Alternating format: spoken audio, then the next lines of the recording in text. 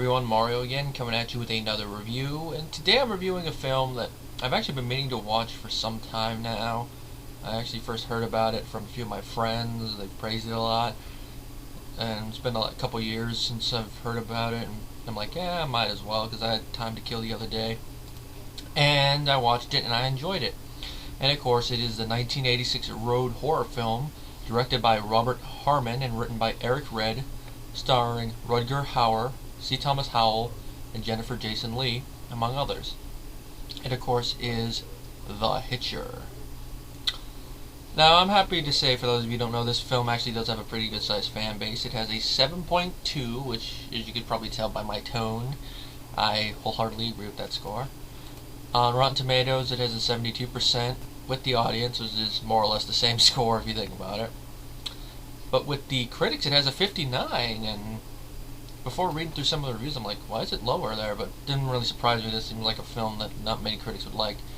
Of course, I have to wholeheartedly disagree with Ebert on this one, because he gave it a 0, which I'm like, you gave this film a 0? And apparently, his logic for it is the same reason why he gave Halloween a 4. It's like, It's like you're playing favorites or something. Or you're just against Hauer. I'll just wait until he shows up and you're, oh yeah, he can't anymore. I know that's dark, but he decided to do it. Now, the idea for this film was that Eric Red, he was 20 years old, so a few years younger than me, and he had made a short film in the hopes of getting the opportunity to direct a feature-length film. No offers came, so he moved from New York to Austin, deciding to drive across country instead of taking a plane. I guess probably maybe with gas all included, it was probably cheaper than a one-way ticket there, then after you were done, taking another one back. And also, you get to see the country all along the way. Now, driving from one city to another, I guess he was listening to either the radio or a CD player or something, but the song "Riders on the Storm" by the Doors was on, and he found that elements of the song, "A Killer on the Road," plus the song having a very cinematic feeling, would make a terrific opening for a film, and there he got the idea for it. And during his 7-month stay in Texas, he drove a taxi cab around and he wrote The Hitcher. And I'm guessing that's why, after watching it for a while, I'm like, yeah, this movie's set in Texas. And of course, once he was done, he sent a letter to several Hollywood producers asking if he could send a copy of the script. He's like, yeah, you're gonna like this story. If the story grabs you by the gut and does not let up and does not let go, when you read it, you will not sleep for a week. When the movie is made, the country will not sleep for a week. And I could see probably in the 80s how that logic could work. Probably after watching a bunch of other horror films, it's probably not the case. At least for me, it's not. I slept. But I could see why he would say that, because this does seem like that type of film. Especially in the 80s. The golden era of horror films. Now, of course, it was executive David Bumike. I don't know exactly if that's the correct pronunciation, but that's the one I'm going with, Bumike. He received a copy of the letter and was intrigued by the description of the film, so Red sent him a copy of the script that was approximately 190 pages in length. And if you're wondering about page length, traditionally 1 minute of screen time is equal to 1 page. Of course, that varies, because sometimes if it's a page full of exposition, depending on the exposition length, it's not going to last a full minute, but that's usually the case. And apparently the original script was even more violent than the final film turned out. Like, we actually saw the family get slaughtered in their station wagon. There was an eyeball in a hamburger instead of the infamous French fry scene. A woman was tied to a truck in a pole and then torn in half. A graphic sex scene, as well as some decapitation, shooting, and car crashes. And Baumike found this version of the script to be extremely brutal and extremely gory. But he and his personal manager, Kip Oman, who were both later co-producers on the film, also saw in the film a level of challenge, intensity, and poetry. But of course, they liked it, but they're like, we can't really show this to our boss in our final form, so they talked with Red and rewrites happened. And of course, eventually we got the version of the script that we have now.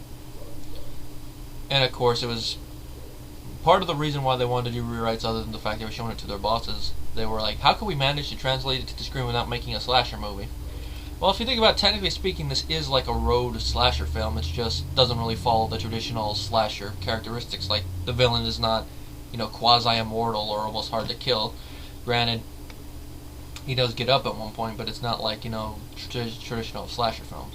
And I can see why they would go with that, but it does kind of have those elements.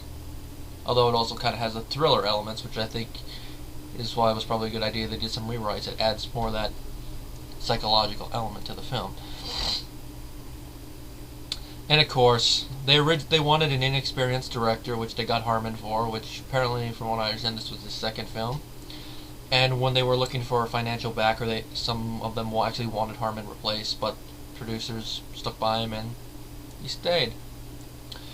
Because the producers were apparently impressed with him because he envisioned the film as a Hitchcockian thriller, which you guys know as a fan of Hitchcock, I can attest that I can see some of that in the film. I could say this is probably like a film Hitchcock would have made if he had actually survived into the 80s, farther than he did, because his last film was in the 70s. I could imagine him making a film semi like this in the 80s. Would have been that's why I think it would have been interesting, but you never know. It kind of has that vibe. And then, of course, now we come to casting.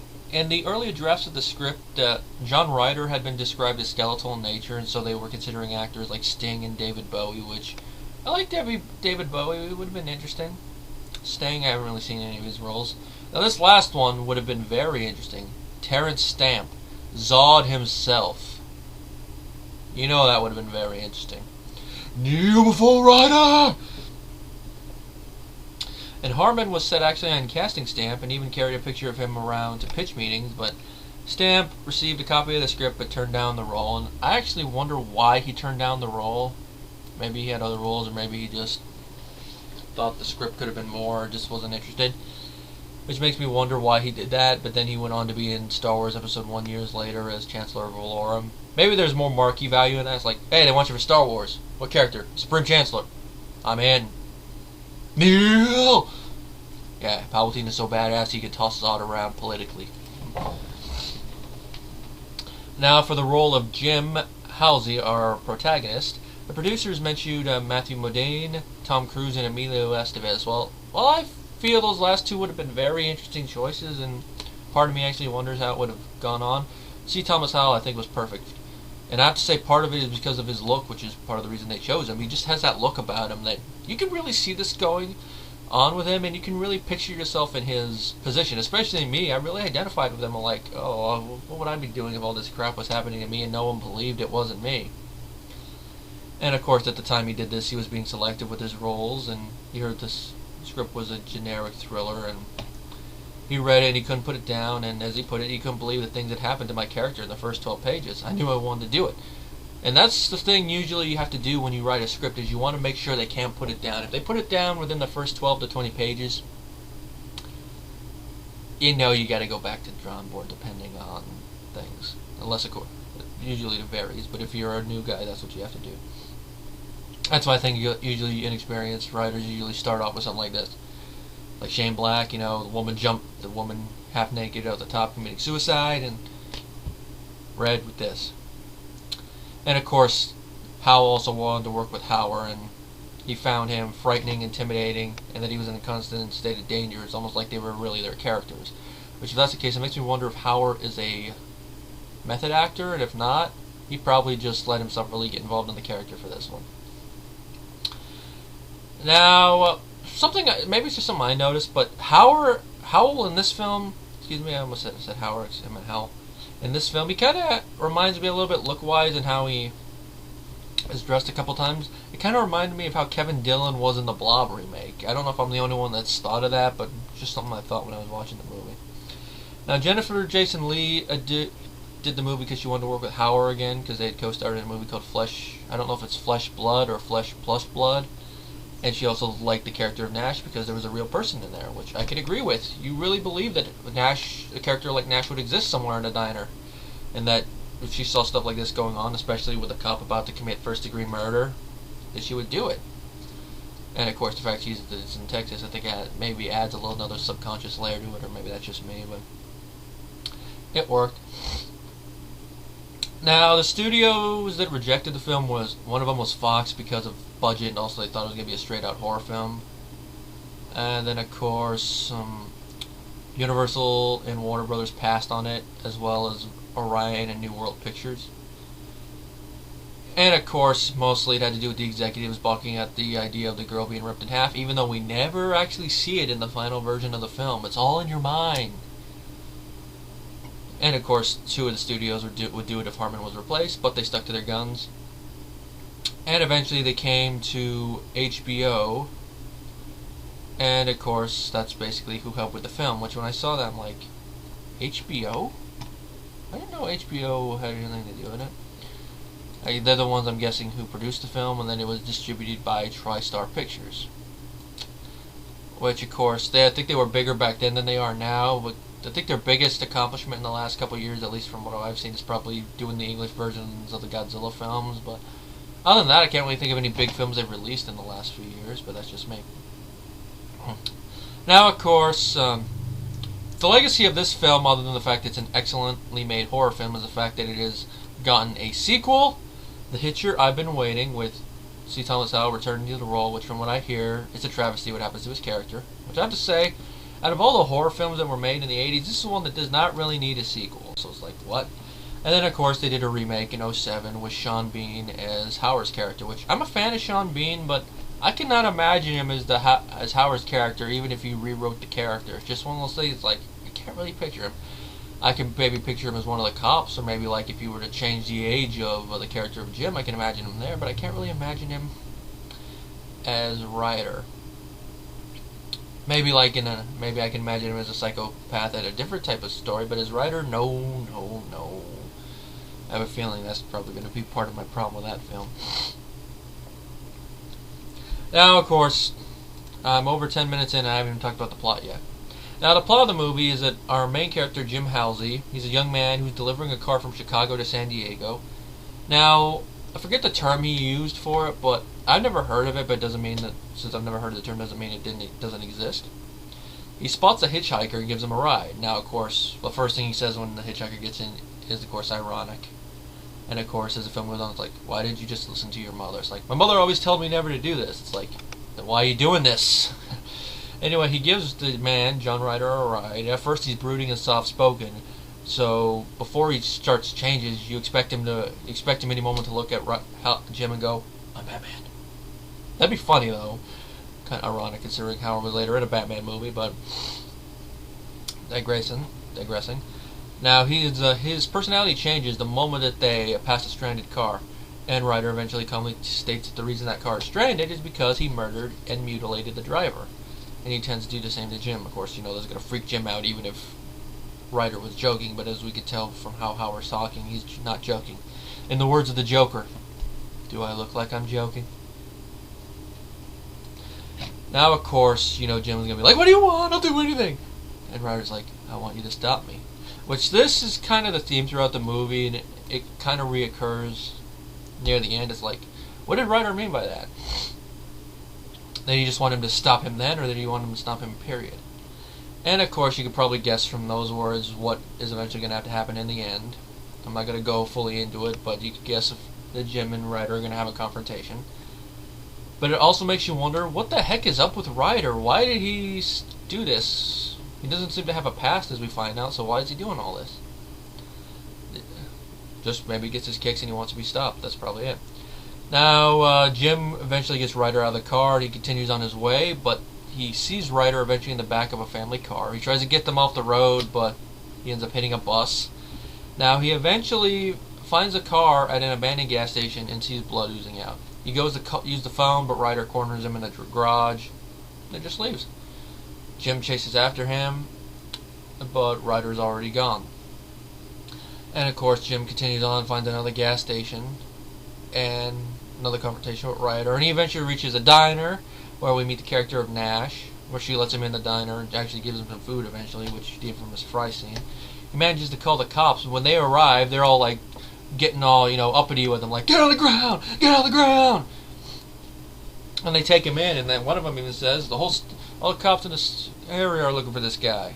Which makes me wonder at first, it's like, why are the cops trying to arrest him? Is it because of that hit and run with the bus or something? Or do they think that he's the one responsible for the other things? Like, is there security camera footage that they saw? Or are they just assuming that he's the one responsible? That's just one thing. And of course, one of the cops at the station doesn't believe he did it, mostly because of Jim's demeanor, which of course nowadays, you know, with more insight into psychological problems and people lying, he probably wouldn't say that. He probably would think, part of me says this guy wouldn't do it, but the other part of me says, I've seen worse stuff than this. Now, of course, that's all the plot I'm going to go through. It's just that after that, Jim has to deal with the police keep trying to get him, Ryder showing up. At one point, he's saved by Nash, and then he has to save Nash, which you probably guess how that goes. Of course, in the end, you can guess Jim does kind of clear his name, but then he has to deal with the Ryder, and that's basically the rest of the film. Now, Hauer, he does a very excellent job as John Ryder. Makes you, at first, you're like, oh, this guy's nice, but then he's like, okay, there's something psychologically wrong with this guy.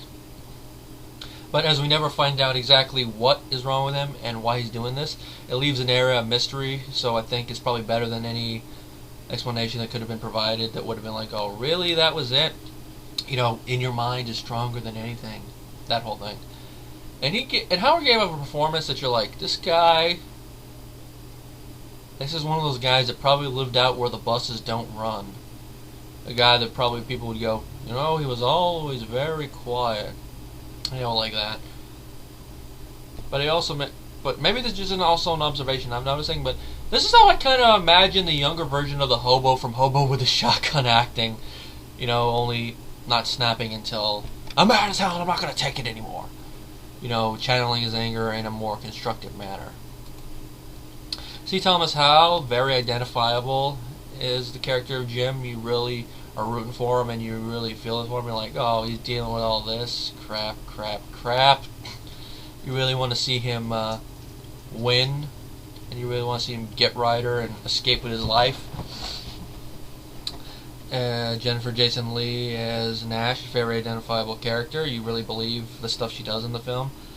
And you really like the fact that she does believe Jim, one of the few people that does. And you actually want to see her live. I know that's probably a minor spoiler, but I have to bring it up. And maybe it's just me, but you also notice a minor romantic connection between Jim and Nash. It's very minor. They don't really talk about it. Maybe they probably would have gotten together if things had been different in the film, but like if Ryder had been stopped earlier, but would have been interesting. There's actually a little minor psychological scene playing with it, but it was with Ryder instead of Jim, and you're like, ooh. Jeffrey DeMunn as Captain Etheridge. He did a good job, even though he's only in the latter half of the movie, physically. He's a cop that you're like, okay, he's one of the guys that actually believes Howell, other than that other cop during the interrogation. Or at least he's acting like he believes him, and once everything's said and done, he's like, oh, right. He's gonna let the other stuff that happened slide because he was, you know, fearing for his life. John M. Jackson as Sergeant Starr. I believe he's the cop that almost killed Jim at one point. He did a very good job. He's kind of basically the archetypal a-hole cop, but set in Texas, so, you know, it's gonna have that other vibe to it, and he works, and when he gets the gun pulled on him by Nash, you're like, Nash, come on, pull the trigger, pull the trigger, pull the trigger! Or at least that's what you're thinking, because you saw the guy just about to kill an innocent person, so it's like, But of course, he doesn't get killed by her. But now the rest of the actors, they do good jobs for what they have to do, you know, the rest of the cops, and then the random extras, they do a good job, but the heart of the movie is our primary actors, Howell, and Leigh. Specifically, Hauer and Howell. They're basically the heart of the film. It's their going against each other, and maybe it's just me, but it seems like maybe I don't know if I'm the only one to notice this, but is it just me, or does it seem Hauer actually wants to turn Howell into him? That's just one thing I kind of minorly noticed in the last act. It's almost like Hauer is trying to turn Howell into him. If that's the case, that would explain why he's doing all this crap trying to drive him insane. You know, the whole Joker logic. All it takes is one. I'm doing Ledger's voice. All it takes is one bad day. You know that. Anyway, my rating for the Hitcher is a 5 out of 5 because I can't really think of any problems with it. I think it was well paced. The direction by Robert Harmon was good. and he really did shoot the film excellently. I'd actually like to see him do more thrillers. I know he's done more films since then, but I'm not sure if any of these are horror. I know he's doing those Jesse Stone TV movies, which is good to see. He's actually still getting work. He deserves it. Eric Red did a great job writing it. I know he wrote Near Dark as well, which is another horror film I gotta give a watch. I actually want to see him do some more horror more recently, but the actors I mentioned did a good job. Mark Isham's score was actually pretty good, and it fit the tone and standard of the film, and all around, it is a well-constructed horror film.